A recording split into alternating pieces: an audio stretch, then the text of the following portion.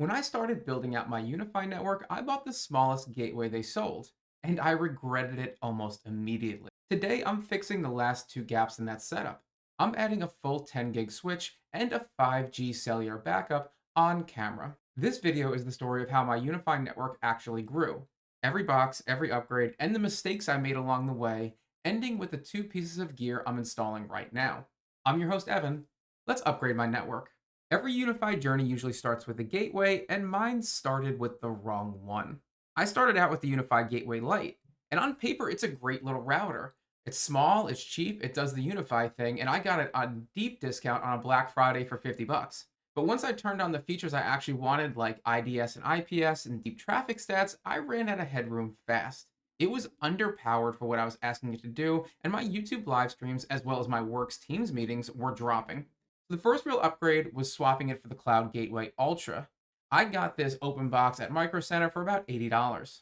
It's the same tiny footprint, fanless, but it runs the full UniFi controller on the box instead of on my Proxmox LXC. It handles the IDS and IPS at around 1 gig, and it gives me proper multi-WAN. That gateway is still the brain of my network today. From there, I added ports and Wi-Fi.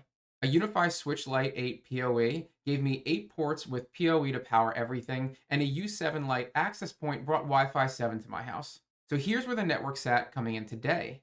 Internet into the Cloud Gateway Ultra, down to the Lite 8 PoE switch, and then out to the U7 Lite for Wi-Fi. It's a clean, simple, honest setup, and it works really, really well. But I have two problems I want to solve. The first problem is this. My current 10G backbone switch is an old Netgear, and it's definitely past its life. I want to swap this out for a UniFi that does 10G over Ethernet. The other issue is I have no failover. Right now, there's one ISP coming into the house, and I run work production stuff out of here. So when my internet goes down, that's part of my job to keep up and running. I need some kind of secondary ISP to come in here, and instead of actually paying a full-time ISP like Cox or something like that to come to my house, I went with the UniFi 5G backup because in all reality, my outages are short, and when they do go down, I don't need a ton of throughput to keep things up and moving. Let's unbox them. The first thing I'm going to show you today is the Switch Pro XG8 PoE. This is where all my 10 gig gear is going to live, and it's going to be the backbone of my network. This switch has got 8 10 gig RJ45 ports, and every single one of them is PoE++.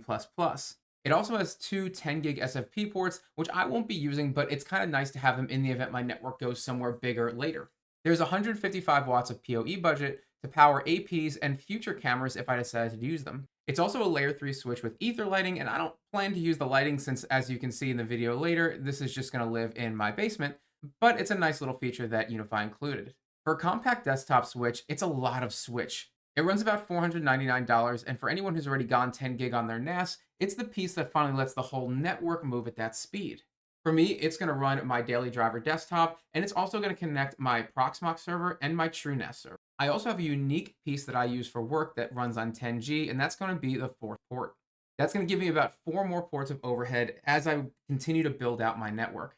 So my goal is to show you guys the adoption of this live on camera, and as you see here, the same 3 devices that are on my network before are still on my network, despite the fact that I went downstairs and then I actually manually reset the switch, even though it was shipped to me brand new from UniFi as I purchased it directly through the UniFi website.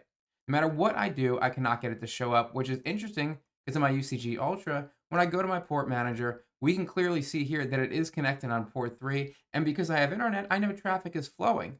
However, my phone did pop up with a notification as soon as I plugged it in, and it was actually booted up properly, that there is a device ready to adopt. So I'm guessing that was actually going through Bluetooth, but to be fair, I actually don't know what's happening here or how come I can't get to work through the desktop UI by logging into 1099.0.1, which is the address of my Cloud Gateway Ultra. So now I'm going to proceed forward on my phone. In the end, I finally opened up this private browser, and now I can actually see the Pro XG8 PoE. Do not ask me why that was so difficult to do. I probably should have just opened this up in a private window, but for whatever reason, even with a hard refresh in my browser, I still couldn't see it before. But the good news is here it is, and it's recognizing that all 4 of the ports that I plugged into my TrueNAS server, to Proxmox, to my main desktop, and to that work device I have are actually recognized. The uplink port is correct. It's recognizing all of these ports at 10 gig speeds, which is why they're in light blue like that. So everything appears to be working. When I click the port manager, it's recognizing some of these things correctly. So port 8 is recognizing as TrueNAS, Fedora is recognizing as my daily driver. This is the work device, and this is actually Proxmox. Looking at my topology, this is all now correct as well.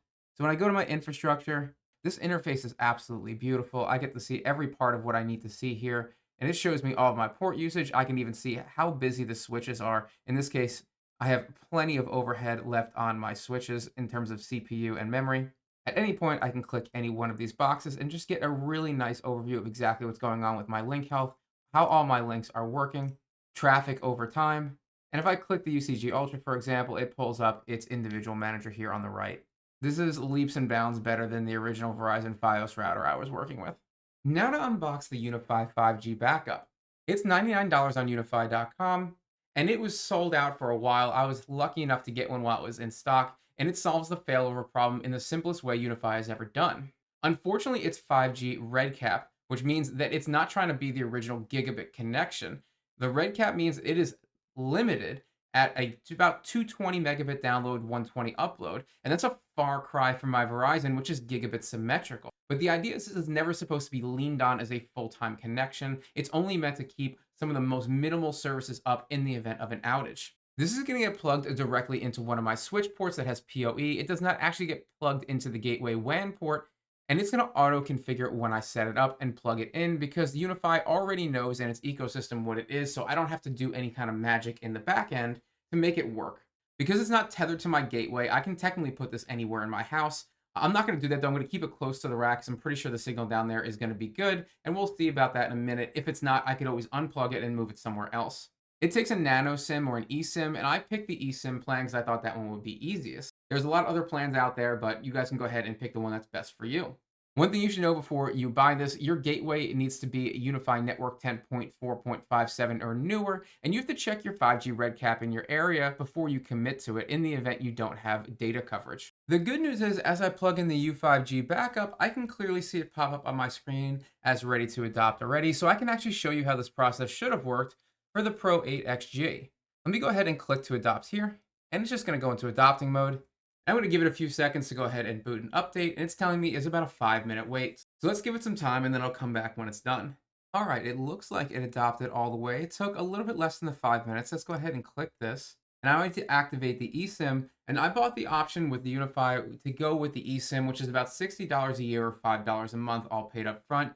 It gives me 10 gigs of overall data usage throughout the entire year, which is slim, but to be fair, I almost never want to have to use this. So again, I was confused, and it turns out to activate this eSIM, you have to go over your phone to the mobile app. I don't know why I couldn't do it through this app, even though it was able to recognize and adopt my device, but for whatever reason, the eSIM activation had to be done through my phone. But now it appears that everything is up and going, and I can see that it is connected. I do have a T-Mobile eSIM, and even in my storage room in my basement, I'm still getting pretty great signal. The one thing I don't want to do is to activate this and do like a speed test.net with it because it's going to pull a huge amount of data to run that speed test, which is going to absolutely tank my 10 gig yearly limit. So I'm going to do an actual failover just for a second to see it happen in real time without doing a speed test. On my infrastructure, it shows up properly, and you'll notice that it's on failover only mode. I can tell it's not activated right now because my Fios is still active, and this is considered WAN 1. WAN 3 is considered the T-Mobile one through the 5G backup. Let's go ahead and test a proper failover so I can see this Verizon box go out and then my T-Mobile usage kick on just to make sure I know the internet can still flow in the event of an outage. To do that, I could unplug the cable, but to stop myself from running upstairs and downstairs a bunch of times, I'm just going to go ahead and go into ucg-ultra, go into my port manager, and then select the port that Fios is on, in this case 5, and I'm going to disable this port. When I click disable and I click apply changes, it's saying it's currently used as a WAN, and of course that's a good warning that I got. So I'm going to proceed there, and now I'm going to go back to my overall infrastructure and my device, and there we go. It just flipped over. I don't have WAN anymore, but it looks like WAN 3 is up and running. That looks good. Let's go ahead and run a quick test. And I'm just going to go to google.com. And look at that, I still have internet. That actually works. So before I suck down any more data, let's go ahead and close this tab. And let's go back to my ucg-ultra, my port manager, and let's turn this port back on quick, fast, in a hurry. Apply changes. There we go. Now I'm going to go back to my network topology, my infrastructure, and let's see if I could watch it kick over in real time now as I'm clicking through very quickly. I expect within the next few seconds, it's probably just going to turn on. And last time it just disappeared, so I'm hoping this time it's just going to appear. Yep, there it is.